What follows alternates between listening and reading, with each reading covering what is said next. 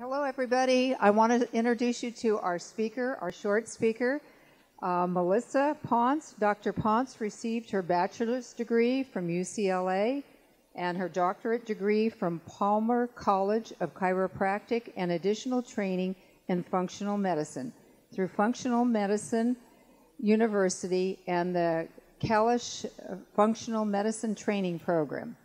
She has also studied autonomic response testing under Dr. Klinghart's training programs. Dr. Ponce focuses on finding the underlying cause of chronic symptom patterns rather than treating one symptom at a time with drugs. Her goal with each and every patient is to correct core metabolic imbalances that will resolve a host of symptoms without side effects.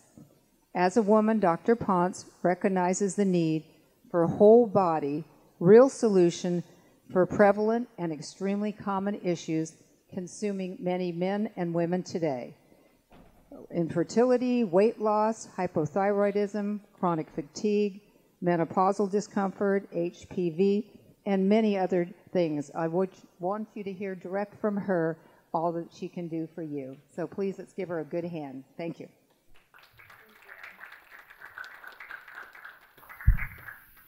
Is it okay that I just put this down? Okay. Oh, perfect. All right, everybody, thank you so much for having me here tonight.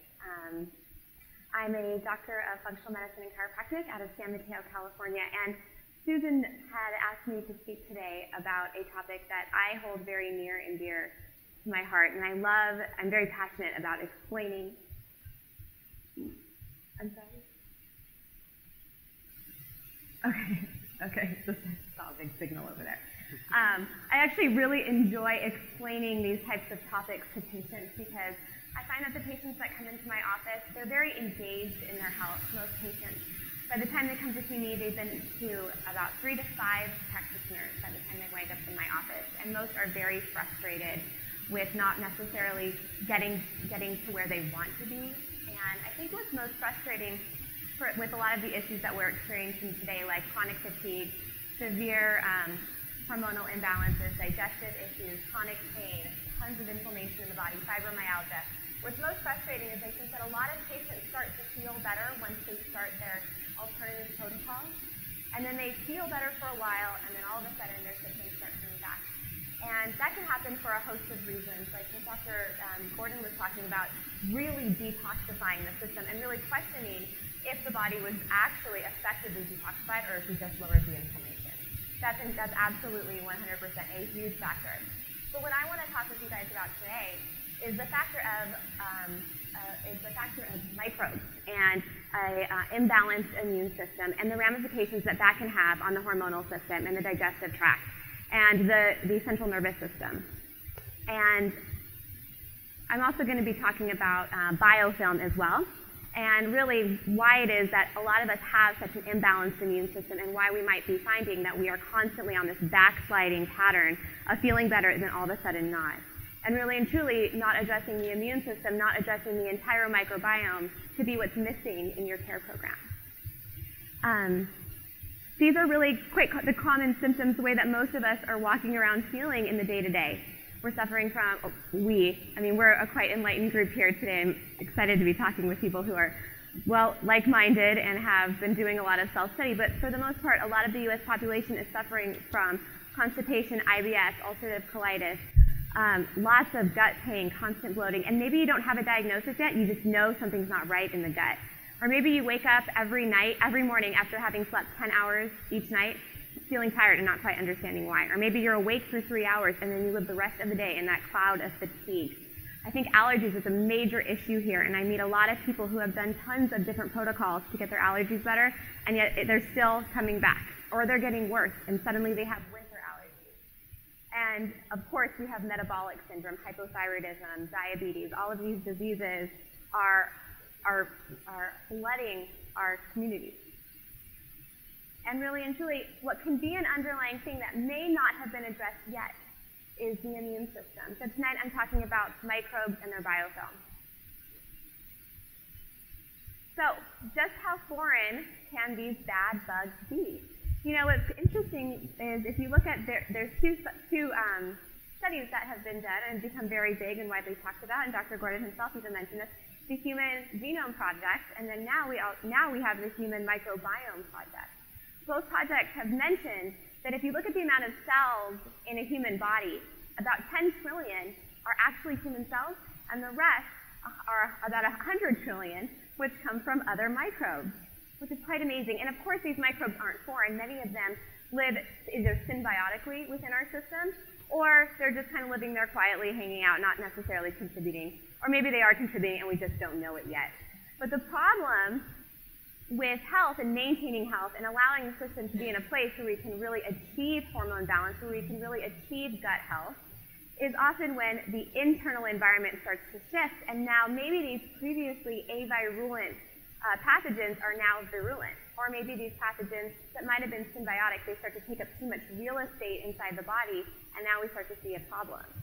So maybe it's not just about removing the bad bugs, but also about restoring a healthy balance within the good biome, within the good bugs, so that they can better handle those foreign bugs that don't necessarily belong.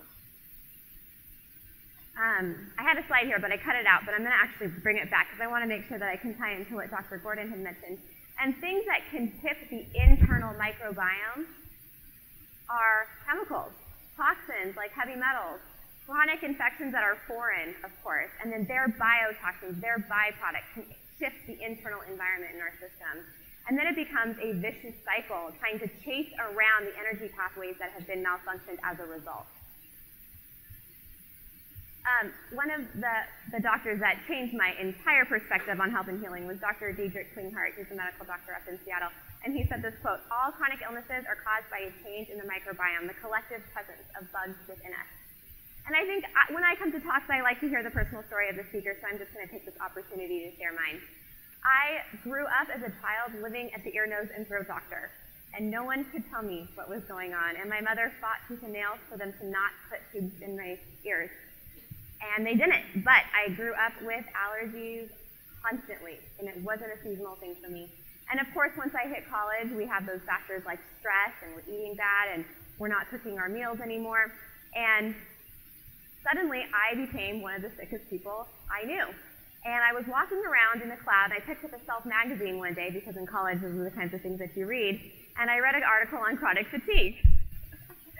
And you know what? I said, "Oh my God, I have chronic fatigue, Mom. What do I do about this?" Well, I was hospitalized 4 times in 1 year at the UCLA Medical Center, only to be checked out and given an antibiotic and said, "You have a fever. That's it. You have an infection." And I kept getting sick and sick and sick, and that's ultimately what led me to functional medicine. And I figured, well, I can practice functional medicine with a chiropractic degree, and I fell in love with chiropractic as well.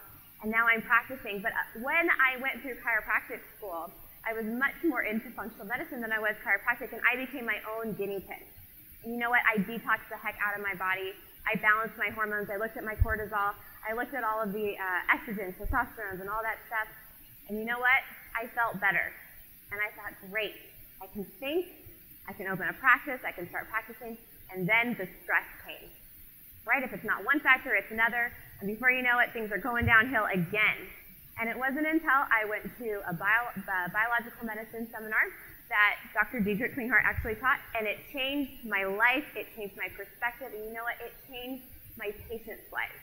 Because I stopped dealing with just the hormones, I stopped dealing with just the gut, I stopped dealing with just handling, balancing blood sugar. There are so many connections here. And the microbial balance in the body is absolutely integral. So what gives? Why isn't our immune system handling this stuff on its own? Why can't it pick up those foreign bugs? Why can't it handle them when they come in? Why can't it handle the spirochete? Why can't it handle the overgrowth of the candida that doesn't necessarily belong? Why can't it attack the mold that we're exposed to, or that we're going to work in and experiencing every day? And what gives, really, body, aren't we supposed to be so innate, right? Well, what gives sometimes is that these bugs are quite adaptive, they're really intelligent, and they create something called the biofilm, which is a protective barrier that keeps them safe away from your own immune system. And unfortunately, antifungals, antibiotics, they're not really effective against the biofilm. And with those medications, with those herbs, it doesn't matter what it is that you're taking, so long as that bug is protected by the biofilm, it's safe. And yet, it's not just sitting there silently. It's giving off byproducts, just like you and I give off byproducts. We give off carbon dioxide, we give off urine, we give off feces, we give off sweat. And these byproducts, just like we give off byproducts, the bugs give off byproducts that we just kind of label in medicine as biotoxins. And those biotoxins have the potential to act as neurotoxins. And when those biotoxins are coming from mold, we often call them mycotoxins. And so how do you know if you have a biofilm problem? How do you know if you have an imbalanced immune system? Well, these are some symptoms that we find that kind of make it a little bit more obvious to us when we encounter. Have you done numerous gut cleanses and you're still bloated, still having IBS? Have you been on rounds of antibiotics or antifungals? Have you been on steroids for immune suppression? Have you supported your hormone system and your adrenal system and you're still feeling tired, still feeling exhausted, still having the fatigue? So the biofilm is made up of a polysaccharide matrix, and they're held together by things like toxic metals. Lead, of course, would be one of those things. And also, the reason why I'm sure many people here have done stool tests when they're feeling like they have digestive issues and they come back negative. Maybe you've even done the advanced stool test by these companies like Metametrix, which was recently just bought out by Nova, I think. Or there's many great lab tests that do that. But yet, if the bug is protected by the biofilm, we're not going to see it in the stool. I just had a guy we just got a stool test back for him, and all of his symptoms are screaming parasitic infection, or at least screaming candida, and it came back negative. I mean, that to me was just ridiculous. And I explained to him the biofilm, and luckily he'd actually done a lot of research on this. He said, "Doc, I'm on board. I believe you. Let's go forward." But it's frustrating when we have to depend on these technologies, so at least knowing and bringing awareness to these issues that can reside in the system, it's good to know that is why you could still have the symptoms and yet your lab test comes back normal. Unfortunately, we can't pick up stuff beneath biofilm, but there are a couple of immune markers that you can look at that we'll talk about here at the end. Okay, this covers that. What's interesting about the biofilm is that occasionally there's what we call planktonic cells that are released from the biofilm, and then they're all of a sudden in the system, and yet those planktonic cells can, of course, be vulnerable to the antibiotic or the antifungal. But what's interesting about the bugs when they're living together underneath the biofilm is they can actually exchange genetic material. So they become a little bit more intelligent than they might have been initially. And then that planktonic cell gets released, that planktonic bug gets released into the bloodstream, and now that microbe is now a little bit more intelligent than it was previously. And I would actually argue that this is part of why, it's not the only reason, but it's part of why we're experiencing antibiotic resistance. And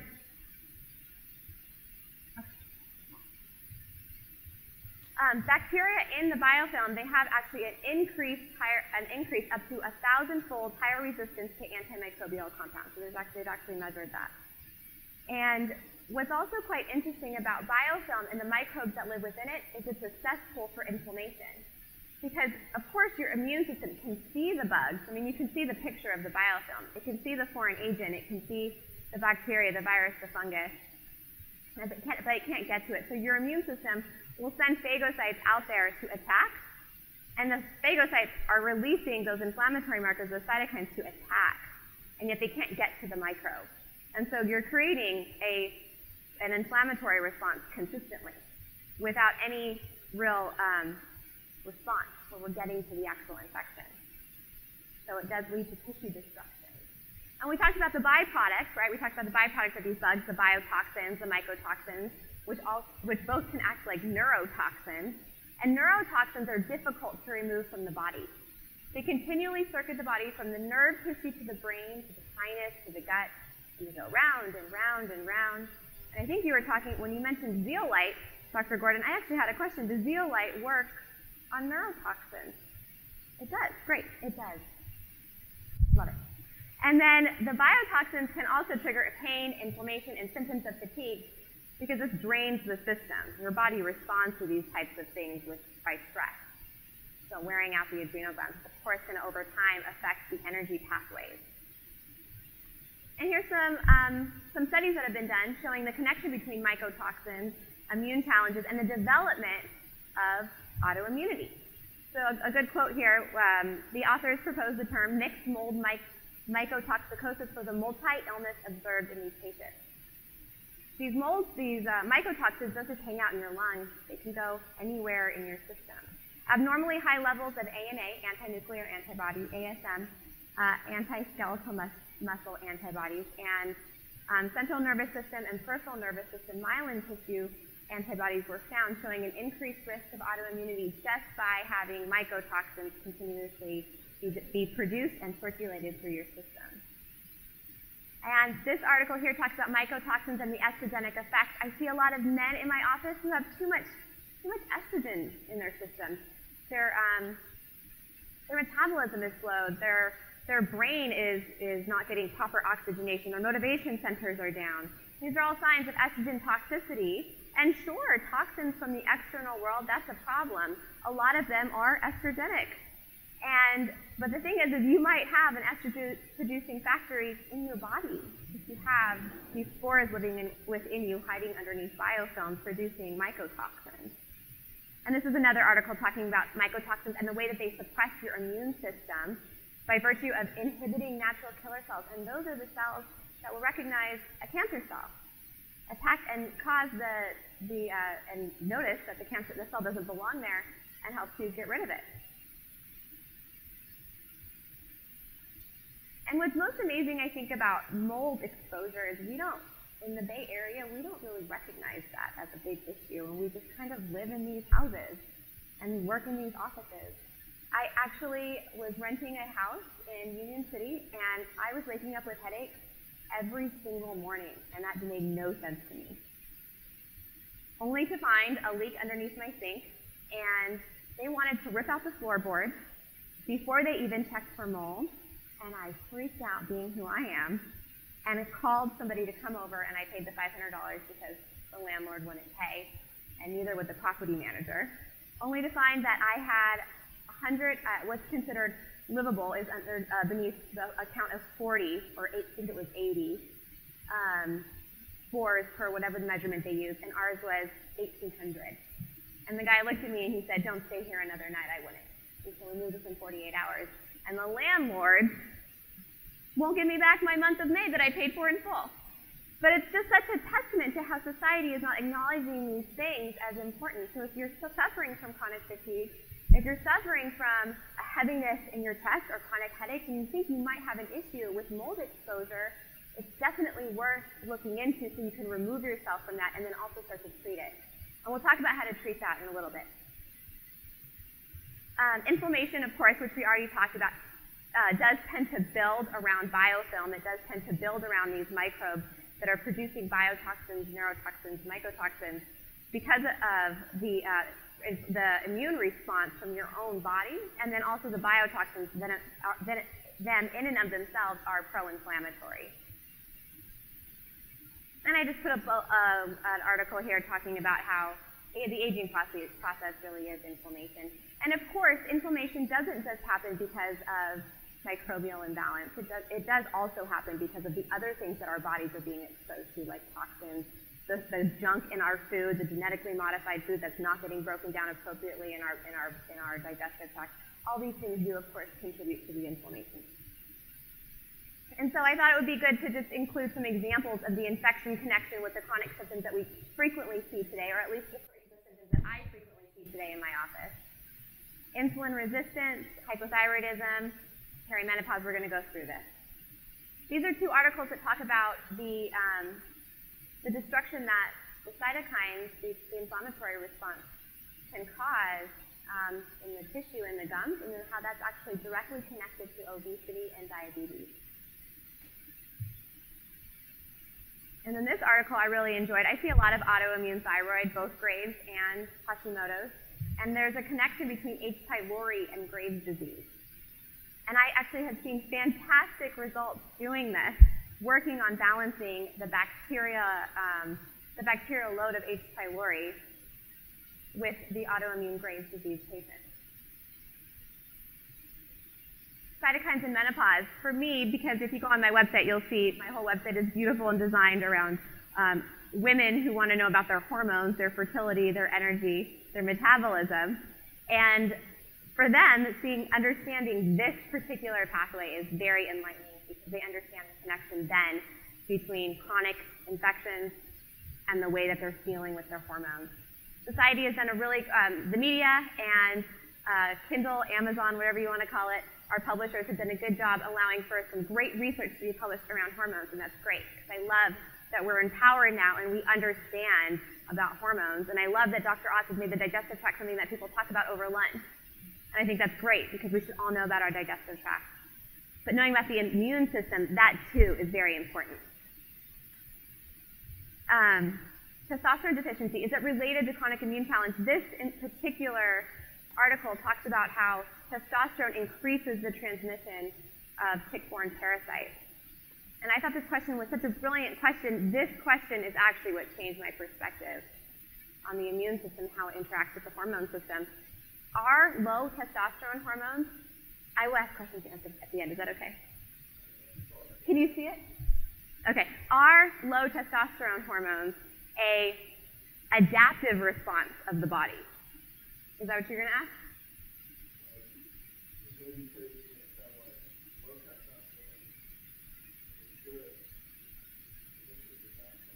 Yes, so low testosterone is very bad. Let me be very clear about that. But the question I'm proposing is the low testosterone an adaptive response of the body seeing the microbial replication happening?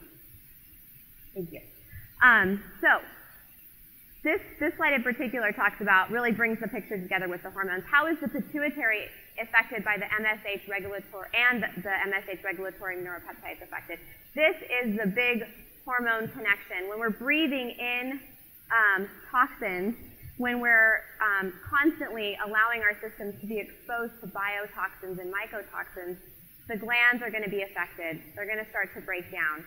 And the pituitary, of course, is one of the most important glands when it comes to affecting your energy pathways, when it comes to affecting your hormonal system. And so if the pituitary is getting affected, we often will see that the melanocyte-stimulating hormone is low, and that can be a bad thing. Because if you're deficient in melanocyte-stimulating hormone, you're likely deficient in antidiuretic hormone. That could be why you find yourself running. One of the factors causing you to be running to the restroom all the time. It can affect prolactin growth hormone, adrenal cortico hormone, and then also the luteinizing and the FSH hormone. And then this is an article talking about digestive imbalance and its connection to autoimmune thyroid. And we already talked about all the ways that you can see this. I'm trying to keep this short because I know it's the end of the evening tonight. But if any of you are wondering how you can look into these chronic immune challenges, since biofilm can act like such a protective barrier and make it difficult for us to assess exactly what type of infection this is without spending $500 to $1,000 on lab tests, because there are those lab tests out there, you can actually measure your MSH. And that is, I want to say, it's a little less than $100. Melanocyte-stimulating hormone. And so those are the conventional values. What's considered normal, 0 to 40. Dr. Richie Shoemaker is somebody who's on the forefront of mold and the toxicity that it has on the human body, and he says what it would be between normal is 35 to 81, and I've seen MSH levels as low as 8. And then you can also look at complement 3A and complement 4A, which is a good way to know if you have either a chronic mold challenge or maybe some other type of big-time infections, like maybe Lyme disease or maybe some other type of spirochete infection. And that's the combination listed up there. And so all I'm suggesting today is that we look at the energy pathways, we look at these chronic disease patterns, and we just consider the infection connection. And for me, I thought it would be interesting to share a little bit about our systemic approach, because I know it can seem overwhelming, and it might seem that you want to go after the infection and affect the bug right away, break up the biofilm. Of course, that's a very intuitive way that you might want to go about this. But what does seem to be a little bit more effective is to first lower the inflammation and balance the blood sugar by, of course, cleaning up the diet. Sop up the biofilms and replenish minerals. And that way, when it comes time to break up the biofilm and add in antimicrobials, your system is a little bit more resilient and able to tolerate whatever type of die-off you may have, which is very normal. But so therefore, you want to start to reinforce the system a little bit prior to going after it. And then, of course, any antimicrobial protocols that are warranted, depending on what it is that you and your practitioner have decided it is that's causing a lot of your problems, whether that's a mold, a bacterial infection, a viral infection, whatever it might be. And then from there, move on to the hormones. And then from there, handle whatever type of lingering digestive imbalance might be there. And I just wanted, there's so many different natural medicine products that, of course, can help do this really quite effectively. But I'm hesitant to share, just because they're not my products, I'm hesitant to share specific types of products to do this. And so I thought I would recommend some good things that everybody can get their hands on. You don't have to be a practitioner to order, that can break up biofilm. So you can do natural heavy metal removal. Of course, Dr. Gordon here has a line that I've recently learned about, because when I found out I was talking after him, I was thinking, Susan Downs, how could you have me talk after Dr. Gordon? But he's got some great stuff that he has made available to everybody, and I think that's fantastic. There's also cilantro, chlorella, and different types of detoxifiers that can help the liver. And then also tea tree oil and grapefruit seed extract is also very helpful, just doing a little bit, 5 to 10 drops daily, but I would start very low on that. You can also do vinegar. I say you can do apple cider vinegar and honey, which also helps to break up the biofilm, and then give your immune system a little bit of support. Make sure the honey is raw. And then also you can do enzymes on an empty stomach. Now these, of course, are mild ways to break up biofilm. There are other ways to do so.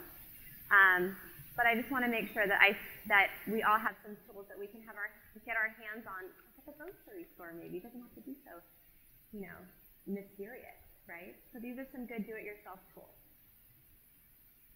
And I did it under 30. I'm so excited. Thank you so much again for listening to me. Thank you. And these are this is my information. I do have cards up there. Questions for Dr. Ponce? Hold on.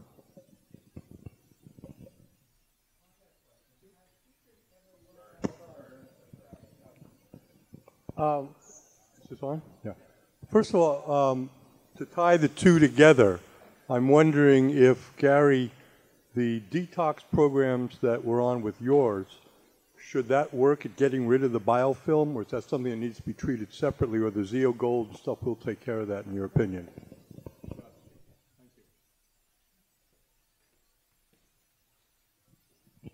Has Dietrich looked at, I was talking to him at the anti-aging conference a year ago, and he's actually using some of our equipment. Has he looked at something that's very exciting that's also working on this condition, where a friend of mine at Pfizer is now doing some studies where they're taking the fecal matter of a healthy person from the bacteria of the gut, introducing it back to the individual. It's amazing what they're doing. They're recovering colitis, Crohn's disease, every known autoimmune disease is changing dramatically. And I told that to Dietrich to look into that, because it's something that he sees a lot of these conditions. And it's all gut involved, and it's something that there's going to be more, in that area. As a matter of fact, they're up here right now, there's a whole conference going on with P.J. Morgan and his group up here looking at all this. So has he done anything like that, I've actually heard of that, but I don't know. I'm not sure if I heard that from him. No. Yeah, I don't think so. Yeah, something to look at. It's very exciting.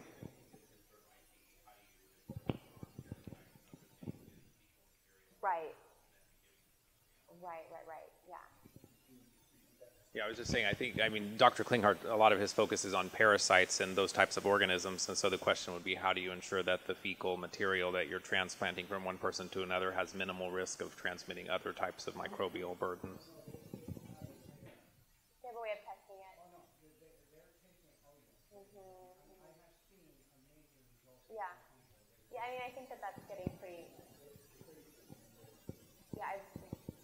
So you say enzymes on an empty stomach. What about an empty stomach fasting? Some people are proponents of intermittent fasting, or is that effective at eliminating a biofilm on its own? Yeah, I mean, I have yet to see enzymes be the only thing that break up biofilm, but the literature says that biofilm can be broken up by enzymes. No, I don't believe so. But maybe your system can start to pull heavy metals from that. I don't think so, but maybe. I don't have an answer. Oh, in the gut. No, you mean if you're doing the enzymes? Or you're saying if you're just fasting? I don't know. I've never looked into that. I mean, intermittent fasting is becoming very popular, so maybe I could start looking into that with some of the patients that are doing it. Interesting perspective. Thank you. Yeah. Would low progesterone in a woman, and she's estrogen dominant, would that lead to infection in a woman, like low T in a man? I wasn't saying that the low testosterone leads to infection. I was saying that the presence of the infection can cause the body to want to downregulate the testosterone. So it's not the vice versa. The vice versa is not necessarily true. Is not true at all.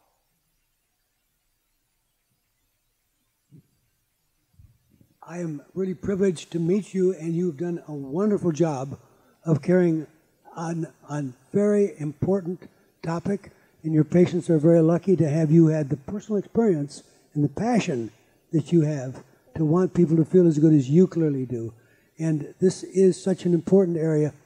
I mentioned Craig Ventner, Ventner, V-N-T-N-E-R, is the PhD that solved the human genome. And I mentioned that we could also get rid of vaccines. He also said, we're so sophisticated today we don't have to do fecal transplants.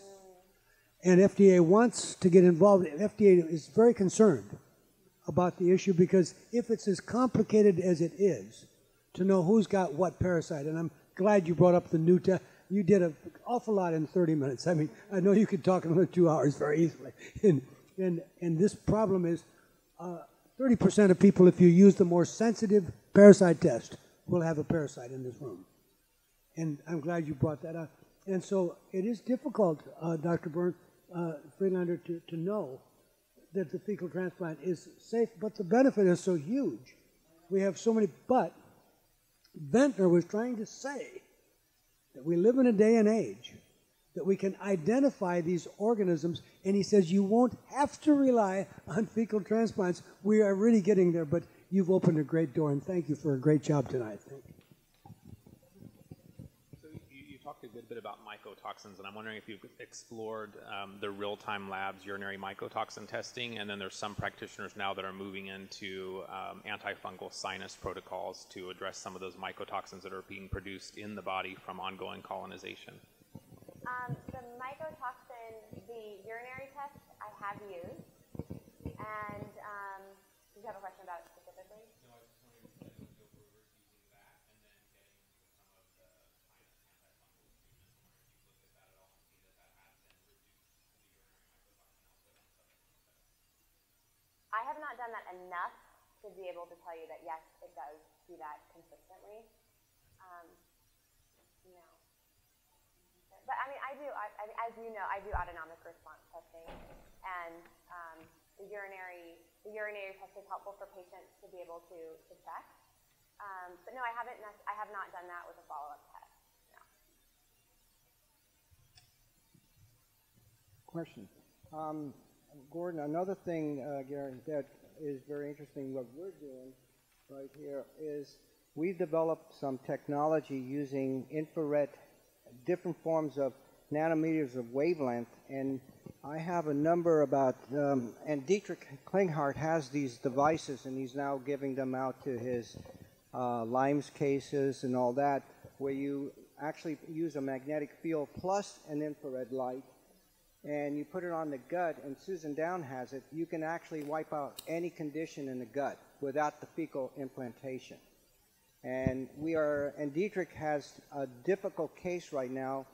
that is the worst he's ever seen, and he just had her order one of these devices, and it's changed her condition and her symptoms immediately.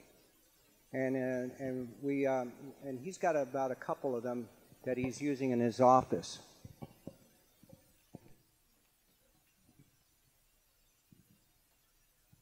I watched the program one night, and I can't remember if it was Frontline or whatever it was, and they were talking about viruses and the race with the antibiotics to overcome the viruses. And you said something a minute ago that's crossed my mind, is that they're self-educating amongst themselves. And I watched the program, and it got to be frightening because people were dying left and right, and they could not stop the run of the viruses. And I remember listening to somebody talk about one time in Australia, and they had staph infections in the hospital in Australia, and they went through every single antibiotic till they got to the last one to stop the staph infection. And so the viruses and whatever they are beginning to outfox us, and they're educating themselves.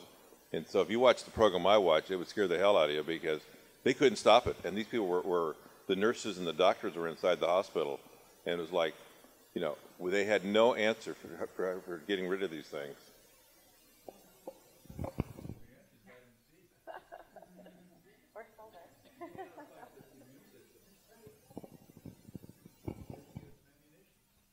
Technically, the experts tell you there are over 300,000 different viruses that can be detected in and around humans. So I think it's really nice that Dr. Fernlander mentioned my friend Dietrich Klinghardt is working with the MAS device, and that's the one from Vienna, which retails for $5,800. And they have sold these around the world. The top soccer and the top tennis players in the world wouldn't do anything without their magnetic pad because they have, as Byrne said, the ability to offer all these different frequencies. And that was the point I was trying to make earlier, is that when Bentner says we can stop any flu epidemic by developing the frequency that will stop that organism without cooking eggs and making vaccines and sticking needles into people's arms. He's also the same guy saying we have the sophistication today to be able to identify more and more of these organisms that are in our human bodies. But she brought it out so nicely that you're outnumbered 10 to 1. And technically, if you talk to the world's experts who do nothing but microbial analysis, we've never been able to even name all the stuff that grows in the mouth of a human. And the autistic kids have things that we've never seen before. We're living in strange times. In terms of biofilms, the reason biofilms stick to surfaces, it's an interesting story. Bacteria is negative, a surface is negative, and they should not stick.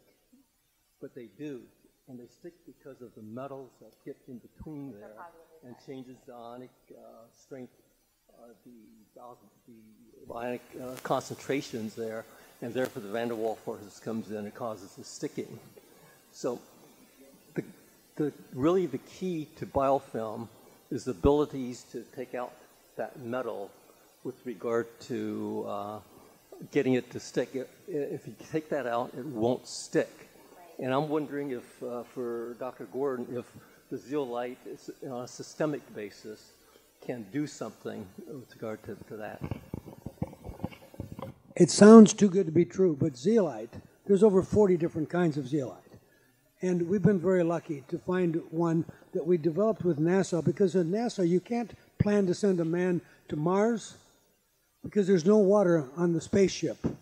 So he gets to live on his sweat and his urine for the entire trip.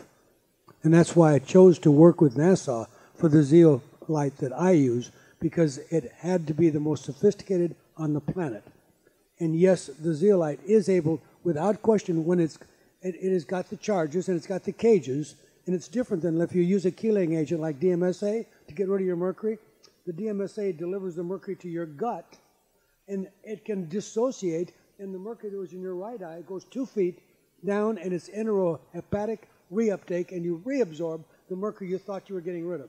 You've got to, I've studied this intensively, and when I say I have a power drink, there's a lot of thought. And when I say we can handle the biofilm, clearly, it's so sad. My doctors that I train really think that unless you don't put the EDTA in the arm, you're wasting the patient's money, because in the gut it's only 5 to 13% absorbed. For the love of Pete, if it wasn't absorbed at all, people that have a bowel movement, what comes out of you is a mutagen and a carcinogen. If you take the EDTA ties up the transition metals like copper and iron that catalyze free radicals and utilize your glutathione, your superoxide, your antioxidant defense system. So people need to understand EDTA has gone in my mouth every day for 20 years because I know that my bone takes almost 15 years to remodel. So I have everybody on oral EDTA and the zeolite and things like the silver because we're dealing with a mess. But it's really a big step that we've had tonight that you brought this to. In the testing, I'm glad you brought in the malonite stimulate hormone and started to tie in pituitary function, because there's a really bright doctor who happens to have the same name I do, Mark Gordon, but he studied head trauma and what head trauma does to pituitary function.